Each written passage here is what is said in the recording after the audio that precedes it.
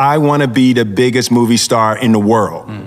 Right? And up until that point, everything was like, it was fun and it was happening and we were creating in Jeff's mom's basement and it was successful. But that was like, when I moved into acting, that was the first time I started applying skill to my talents, right? And I look at skill and talent separately. Like, Pete, you're born with talent. It's like there's certain things that you just do naturally. You were gifted with a talent and you have it.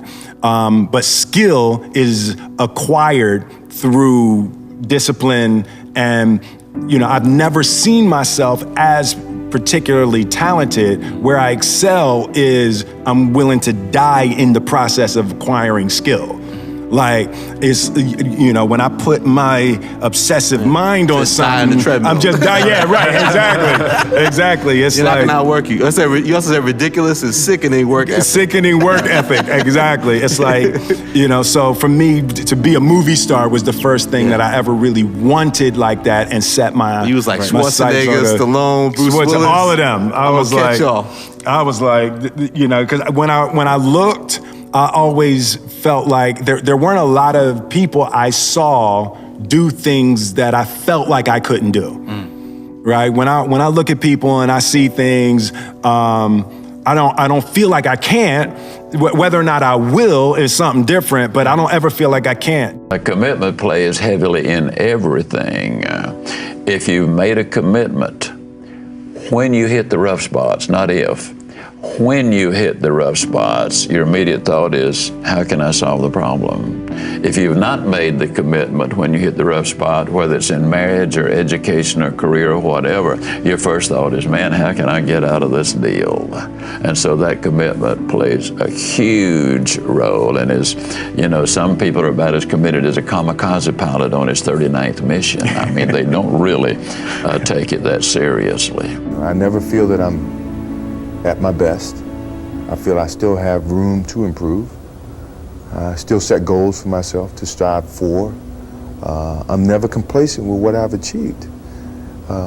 Even though it's been very successful for me, I still feel I have a lot to prove, not just as a player, but as a person, as a father, to some extent, as a role model, in all aspects.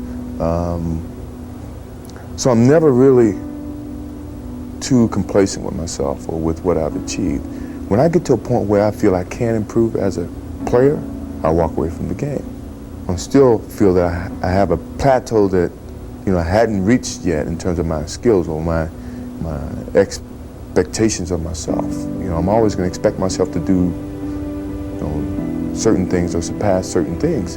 As long as I believe that, then my road to success is going to continue to expand. Rejection is everywhere. We all deal with the You don't anymore. Oh my! Sure you Yeah, don't. me worst of all. I think the idea of rejection is relative. I mean, if you take a kid in a small town and somebody posts something negative about them, and all of their friends laugh, that's the worst rejection a human being can experience. It's not, for that kid, it's not any less than for my kids who read it on a comment page. It's emotionally, it's the same. My kids grew up in this world, so they're much more acclimated to the difficulties of this world, but it doesn't make it emotionally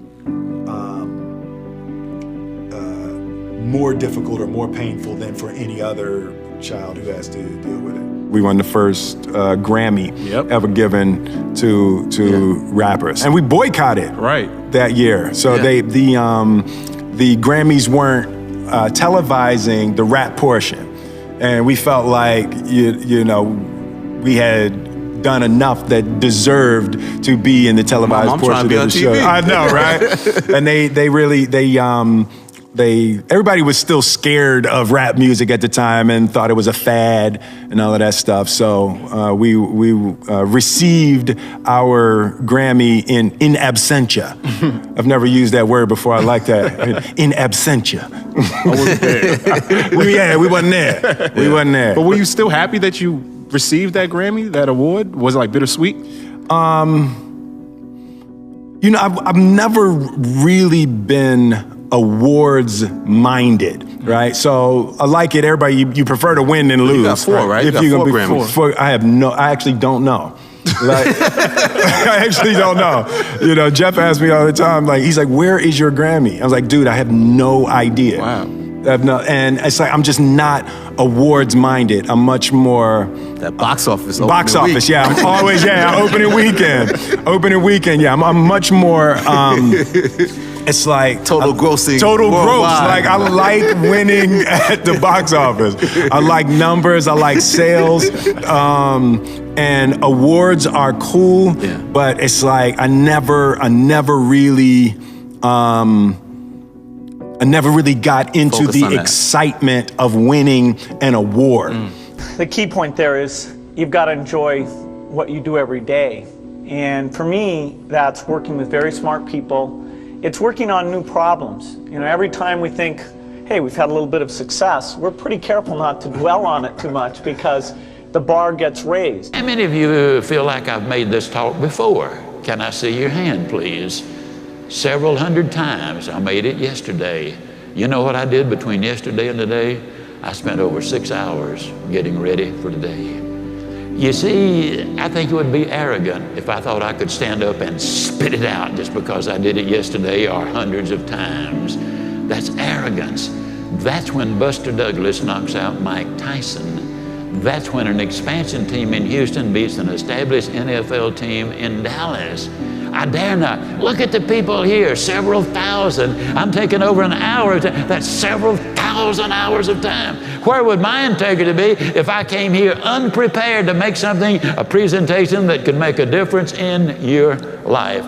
There is no way. You gotta prepare for it, ladies and gentlemen. I talked to my dad, I talked to Warren, I talked to my wife Melinda.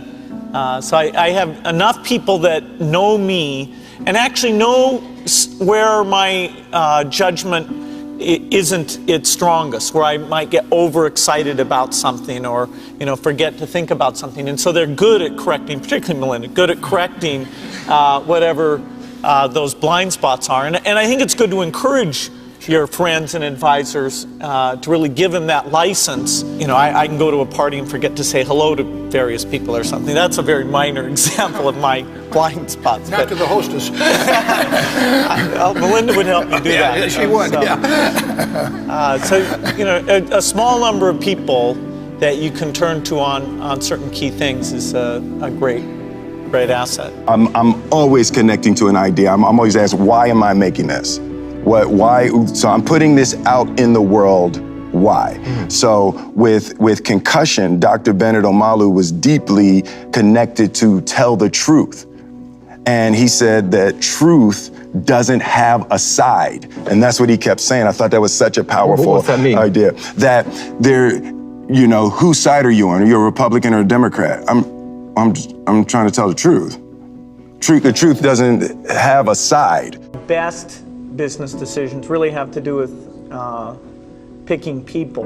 You know, deciding to go into partnership with Paul Allen is probably at the top of the list, and then subsequently hiring a friend, Steve Ballmer, and having somebody who you totally trust, who's totally committed, who shares your vision and yet has a little bit different set of skills, and also acts as a check on you. You know, some of the ideas you come up with, you run by them because you know they're going to say, hey, wait a minute, you know, have you thought about this and that? And just, you know, the benefit of sparking off of somebody who's got that kind of brilliance, it's not only made it fun, but it's really led to a lot of success. So picking a partner is crucial. Fighting yourself to maintain positivity is the hardest fight you ever gonna have, right? And it's like that struggle to just stay my course, to, you know, be the person in the world that